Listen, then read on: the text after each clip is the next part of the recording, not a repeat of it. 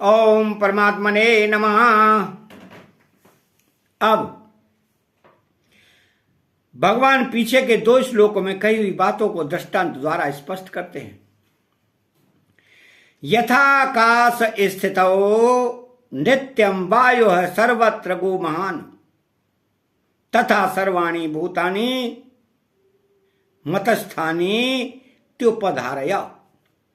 अर्थात यथाकाश स्थितौ नित्य वायुः सर्वत्र गो महान, जैसे सब जगह विचरने वाली महान वायु नित्य ही आकाश में स्थित रहती है, अर्थात वो कहीं नह स्पंद रूप से रहती है, कहीं सामान्य रूप से क्रियाशील रहती है, कहीं बड़े वेग से चलती है आदि पर किसी भी रूप से चलने वाली वायु आकाश से अलग नहीं हो सकती। वह वायु कहीं रुकी हुई मालूम देगी, कहीं चलती हुई मालूम देगी, तो भी वह आकाश में ही रहेगी। आकाश को छोड़कर वह कहीं रह ही नहीं सकती।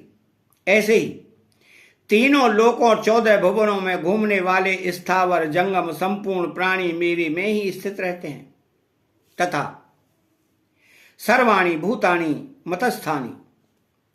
भगवान ने 4 श्लोक के 6 श्लोक तक 3 बार मतस्थानी शब्द का प्रयोग किया है। इसका तात्पर्य यह हुआ कि ये संपूर्ण प्राणी मेरे में ही स्थित हैं। मेरे को छोड़कर ये कहीं जा ही नहीं सकते। ये प्राणी और प्रकृति के कार्य शरीर आदि के साथ कितना ही घनिष्ठ संबंध मान लें तो भी वो प्रकृति और उसके कार्य से एक हो सकते ही नहीं, और अपने को मेरे से कितना ही अलग मान लें तो भी वे मेरे से अलग हो सकते ही नहीं। वायु को आकाश में नित्य स्थित बताने का तात्पर्य यह है कि वायु आकाश से कभी अलग हो ही नहीं सकती। वायु में किंचित मात्र भी शक्ति नहीं है कि वह आकाश से अलग हो जाए। क्यों?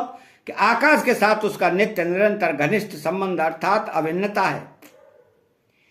वायु आकाश का कार्य है और कार्य की कारण के साथ अभिन्नता होती है। कार्य केवल कार्य की दृष्टि से देखने पर कारण से भिन्न दिखता है, परंतु कारण से कार्य की अलग सत्ता नहीं होती। तो जिस समय कार्य कारण में लीन रहता है उस समय कार्य कारण में प्राग भाव रूप से अर्थात अप्रकट रूप से रहता है। उत्पन्न होने पर कार्य भाव रूप से अर्थात प्रकट रूप से रहता है और लीन होने पर कार्य प्रध्वंसा भाव रूप से अर्थात कारण रूप से रहता है।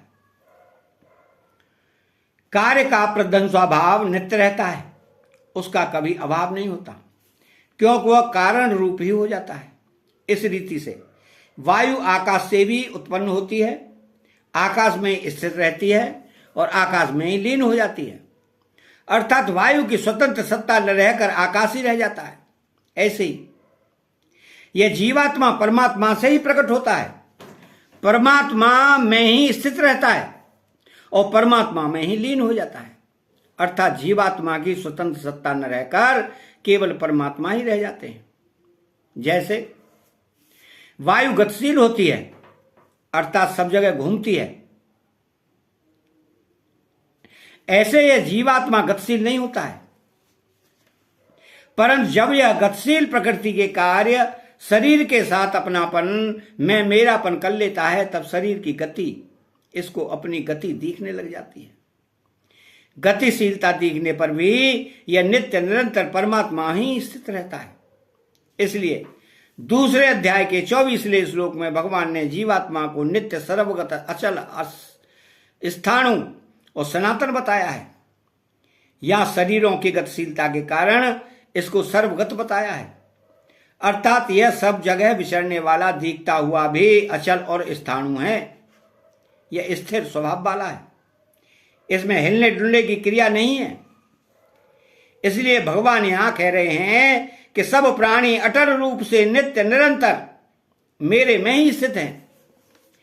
तात्पर्य हुआ कि तीनों लोक और 14 भुवनों में घूमने वाले जीवों की परमात्मा से भिन्न किंचित मात्र भी स्वतंत्र सत्ता नहीं है और हो सकती भी नहीं। अर्थात सभी योनियों में घूमते रहने पर भी वे नित्य निरंतर परमात्मा के सच्चिदानंद घन स्वरूप में ही स्थित रहते हैं, परंतु प्रकृति के कार्य के साथ अपना संबंध मानने से इसका अनुभव नहीं हो रहा है। अतः ये मनुष्य शरीर में अपनापन न करे, मैं मेरापन न करे, तो इसको असीम आनंद का अनुभव हो जाए। इसलिए मनुष्य मात्र को चेतावनी देने के लिए यहां भगवान कहते हैं कि तुम मेरे में नित्य निरंतर स्थित हो, फिर मेरी प्राप्ति में परिश्रम और देरी किस बात की? मेरे में अपनी स्थिति न मानने से और न जानने से ही मेरे से दूरी प्रतीत हो रही है। इति उपधारय, यह बात तो विशेषता की धारण कर लो। मान लो चाहे सर्ग सृष्टि का समय हो, चाहे प्रलय का समय हो, अनंत ब्रह्मांडों के संपूर्ण प्राणी सर्वदा मेरे में ही रहते हैं, मेरे से अलग इसकी स्थिति कभी हो ही नहीं सकती। ऐसा दृढ़ता से मान लेने पर प्रकृति के कार्य से विमुखता हो जाएगी और वास्तविक तत्व का अनुभव हो जाएगा। इस वास्तविक तत्व का अनुभव करने के लिए साधक दृढ़ता से ऐसा मान ले कि जो सब देश काल वस्तु व्यक्ति आदि में सर्वदा परिपूर्ण है वे परमात्मा ही मेरे हैं। देश काल वस्तु व्यक्ति आदि कोई भी मेरा नहीं है और मैं उनका नहीं हूं। अतः चैनल को सब्सक्राइब करें, बेल आइकन घंटी को दबाएं और कमेंट बॉक्स में जय श्री कृष्णा लिखें। जय श्री कृष्णा।